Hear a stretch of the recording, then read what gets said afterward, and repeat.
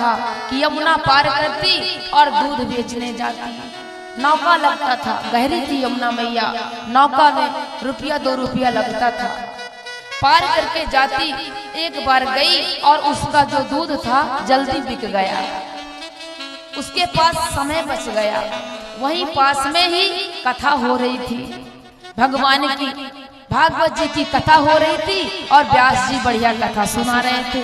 उस ग्वालिन ने सोचा कि आज अपना काम भी जल्दी हो गया है तो जाकर के थोड़ी कथा सुन लेती हूँ।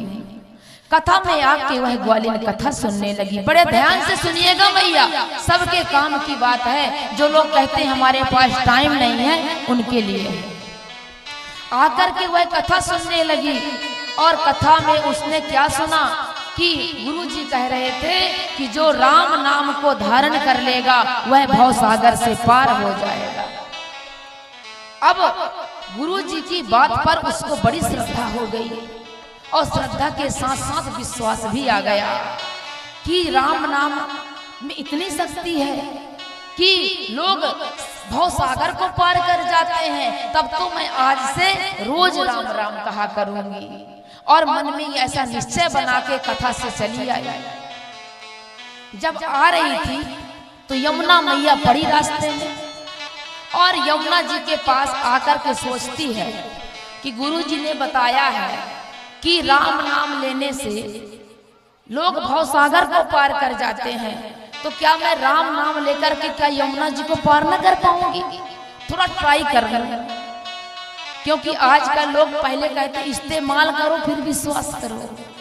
पहले लोग इस्तेमाल करते हैं महाराज, फिर विश्वास करते हैं। तो जो गुरुजी ने कथा सुनाई है वह कितनी सही है, चलो ट्राई कर लेते हैं।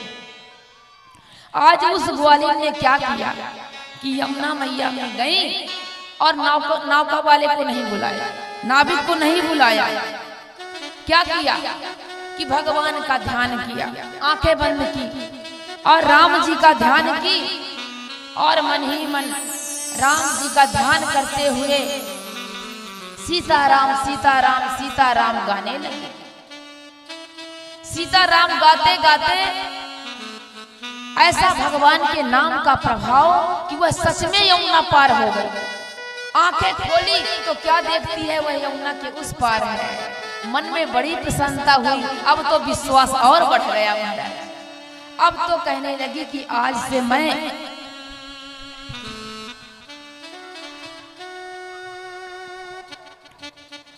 मैं दिन रात सीताराम कहूंगी। अब तो बढ़िया जुगाड़ है। अब तो जो नाव में नाविक को देना पड़ता था वो भी नहीं देना पड़ेगा। रोज पैसे लगते थे, 2 रुपए आना 2 रुपए जाना, ये भी बच जाएगा। फायदा ही फायदा है। खूब नाम जपने लगी। अब जब नाम जपते हुए उसका पैसा बचने लगा, एक दिन उसने सोचा कि जिन गुरुजी ने इतना अच्छा उपाय बताया है रुपया बचाने का, उनका जाके निमंत्रण कर देती हूँ अपने घर में। गई वहां पर जहाँ पे कथा हो रही थी। उस दिन कथा का विराम दिवस था। प्रार्थना करके कहती है कि हे गुरुजी, मेरे घर में भोजन प्रसादी हो जाए तो मेरा जीवन धन्य हो जाए। क्योंकि आपने मुझे जो बताया है वह मैं अगर पहले से जानती तो ना जाने मेरा कितना बचता। गुरुजी नहीं समझ पाए। बोले ठीक है, तुम्हारा मन है तो चलो कथा के बाद चलेंगे भोजन करने। उसने कहा गुरुजी, नदिया के उस पार, यमुना मैया के उस पार मेरा गांव है। गुरुजी ने कहा हम अकेले नहीं जा पाएंगे, तुम रुक जाओ, साथ में चलते हैं। उसने कहा ठीक है। और जब जाने लगी तो क्या होता है, बड़ी विचित्र घटना भक्तों। जाकर के यमुना मैया के पास खड़ी हो गई। गुरुजी बोले कि यहाँ कहाँ जा रही हो? यहाँ तो कोई नाविक भी नहीं है, नाव भी नहीं है। कहने लगी गुरुजी, नाविक की जरूरत ही नहीं है, आओ मेरे साथ। अब गुरुजी को लेकर के जहाँ पे घाट भी नहीं था, बिना घाट के जाके खड़ी हो गई और आंखें बंद की और भगवान का ध्यान लगाया। कहती है गुरुजी, भगवान का ध्यान करिए, भगवान यमुना पार कर देंगे। यमुना बड़ी गहरी थी। गुरुजी बोली कैसे बावली हो गई है क्या? इतनी गहरी यमुना है और कहती भगवान का नाम लीजिए पार हो जाएंगे। गुरुजी ने कहा पागल हो गई हो, नाविक को बुला ले डूब जाएंगे। उसने कहा नहीं महाराज कोई जरूरत नहीं है, मैं तो रोज यही करती हूँ जिस दिन से आपने कहा है। अच्छा, और उसने आंखें बंद की और कहने लगी गुरुजी बोलो सीताराम, गुरुजी बोलो सीताराम, गुरुजी बोलो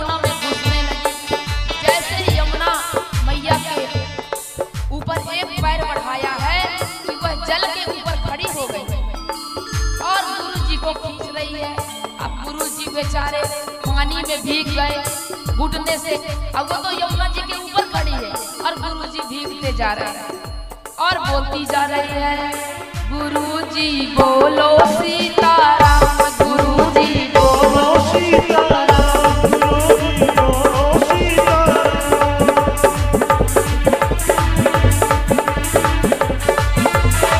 आप भी बोलिए अगर आपको भी भाव पार करना हो तो।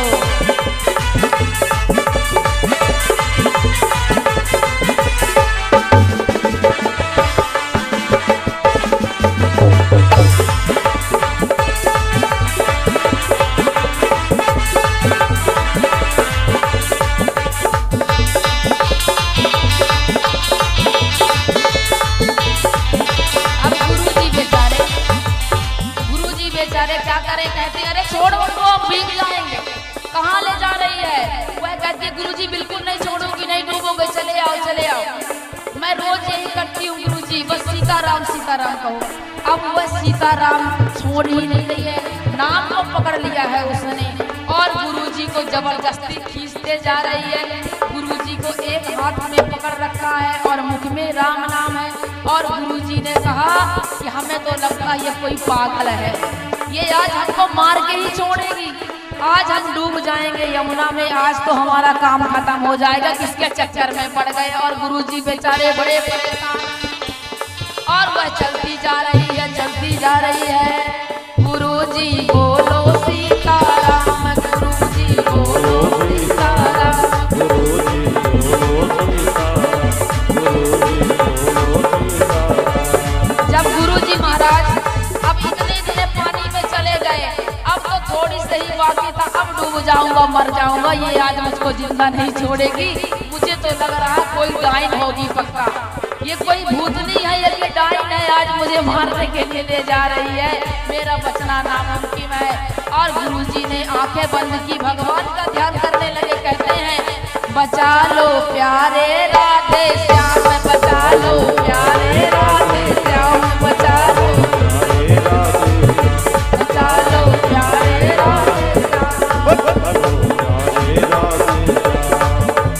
आज नहीं बचने वाला हूँ, आज नहीं बचने वाला हूँ, चले जाए मेरे प्राण, बचा लो प्यारे राधे श्याम, बचा लो प्यारे राधे श्याम,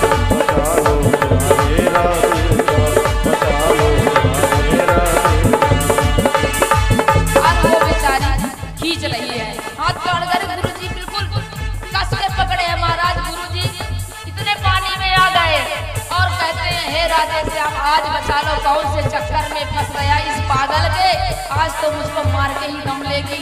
और वो कह रही है गुरुजी बोलो सीता सीताराम गुरुजी बोलो सीताराम गुरुजी बोलो सीताराम गुरुजी बोलो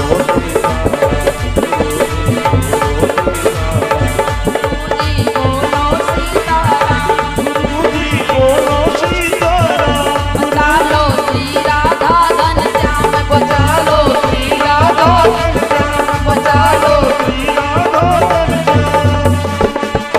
अब इधर वो खींच रही है और गुरुजी प्रार्थना करते जा रहे हैं कि भगवान आज बचा लो, आज के बाद जीवन में किसी का निमंत्रण नहीं खाऊंगा। गलत फंस गया महाराज।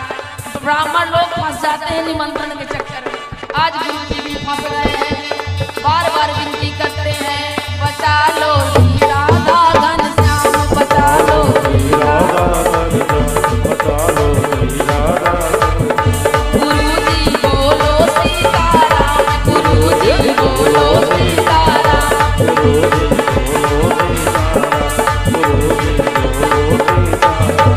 बोल श्री सीताराम चंद्र की। अब उसने इतना सीताराम गाया महाराज कि थोड़ी ही देर में वह यमुना पार हो गई। उसकी साड़ी भी गीली नहीं हुई और गुरुजी महाराज पूरा लथपथ हो गए, डूब गए और हाथ पकड़ के खींच के लाके खड़ा कर दी उस पार। कहते हैं गुरुजी आप इतना परेशान क्यों हो रहे थे? मैं बोल रही थी ना कि रोज पार होते हैं, हो जाएंगे।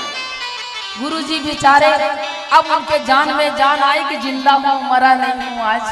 कहने लगे अब हमको छोड़ दो, हम जाएंगे कैसे उस पार, कहे हमें ले आई। अरे गुरुजी निमंत्रण है आपका, चलिए भोजन बनेगा। अपने घर ले गई और जाकर के बढ़िया बढ़िया भोजन कराया।